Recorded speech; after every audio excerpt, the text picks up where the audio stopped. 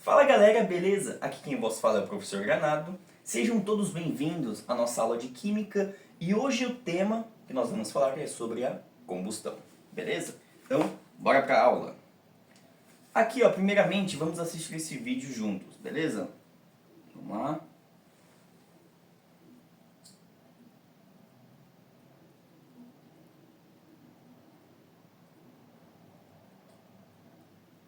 Observem atentamente todos os processos.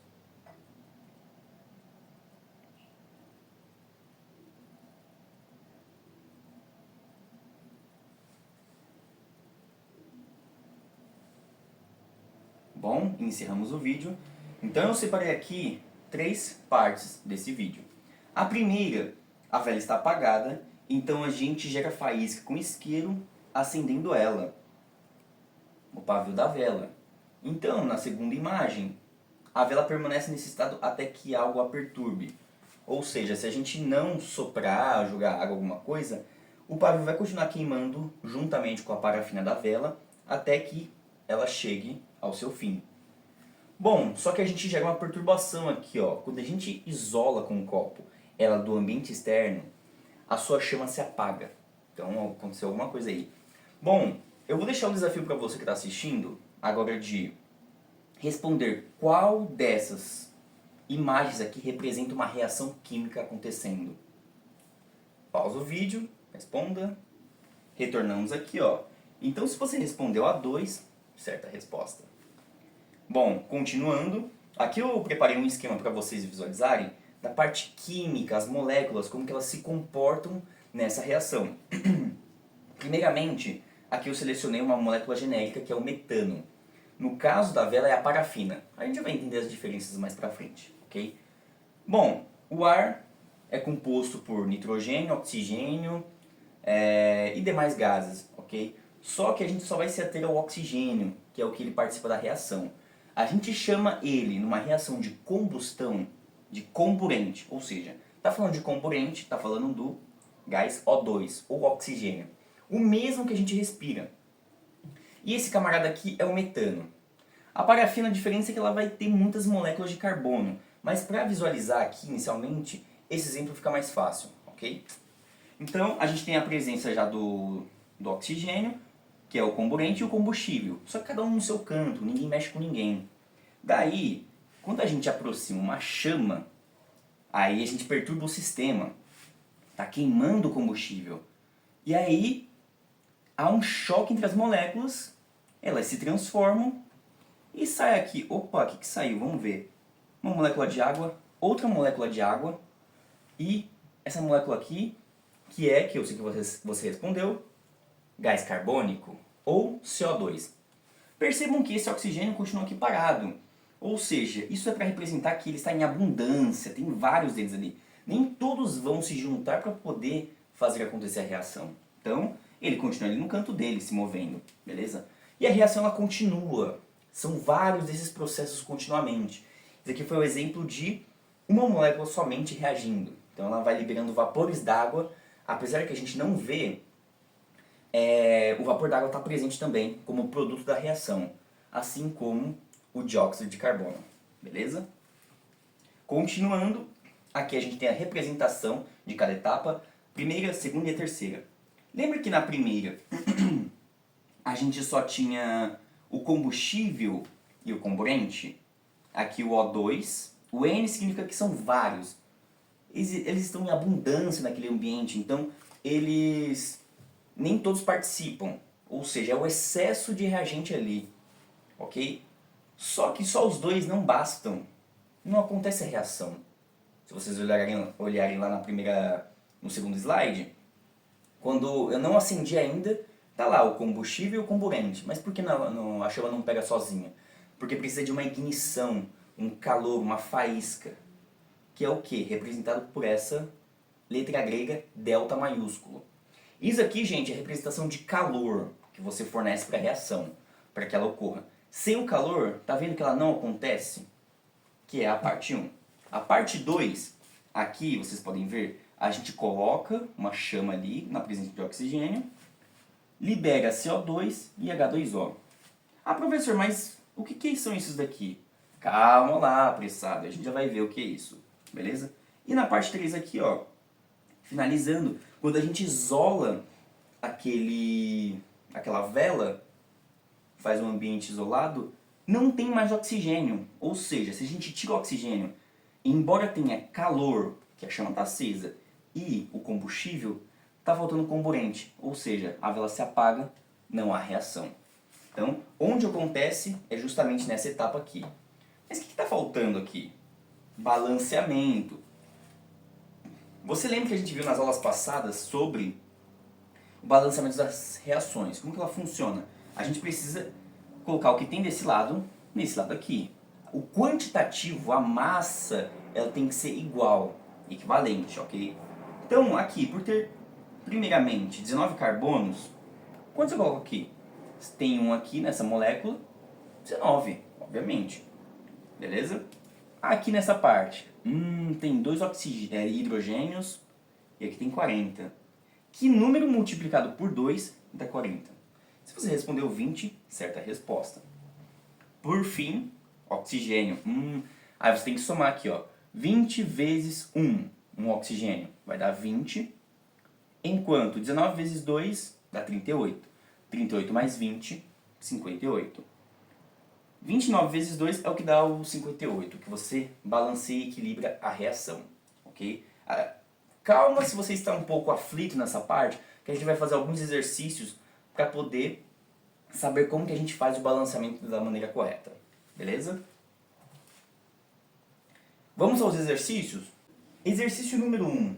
Num dia de inverno, os pais de João tiveram a ideia de acender uma churrasqueira dentro de casa para se aquecerem. João, que estava estudando química na escola, impediu que os pais o fizessem, devido ao risco de: alternativa A casa ficar com cheiro de carvão. Bom, dessa forma não está errado, né? O cheiro de carvão seria uma consequência. Só que vamos olhar as outras para ver se esse é o menor dos problemas, ok? B, a fumaça liberada impedir que pudessem enxergar a tela do celular. Também poderia ser uma consequência, mas eu acho que ela é equivalente a também. São problemas materiais, danos materiais. C, um dos produtos liberados na combustão ser o monóxido de nitrogênio, um gás tóxico e letal para a saúde. Essa me parece interessante. D, um dos produtos liberados na combustão ser o monóxido de carbono, um gás tóxico e letal para a saúde. Opa! Outra que me parece interessante também. Só que a mudança está o quê? Uma fala de nitrogênio, a outra de carbono. E E, vapor e H2O como produtos da reação de combustão, o que danificaria a mobília da casa por causa da alta umidade. Bom, essa daqui também se trata de um dano material. Só que, ao meu ver, o maior risco aqui está para a saúde, em algo que seja letal para nós. A B, C e E falam de problemas materiais, de danos assim à estrutura da casa, enquanto a C e a D está falando de riscos para a própria saúde. Então, por exclusão, a gente corta A, B e E. Só fica com essas duas. Agora, uma fala de monóxido de nitrogênio e outra de monóxido de carbono. Uma coisa que eu não falei com vocês é a respeito do subprodutos da reação de combustão.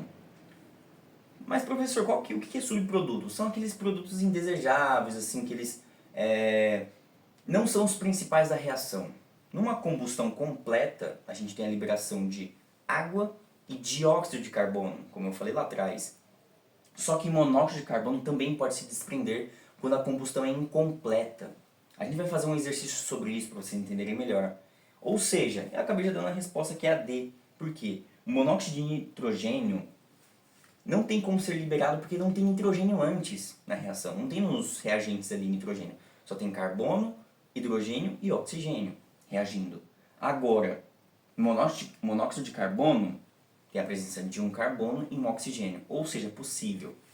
Então, a alternativa certa, D. Beleza?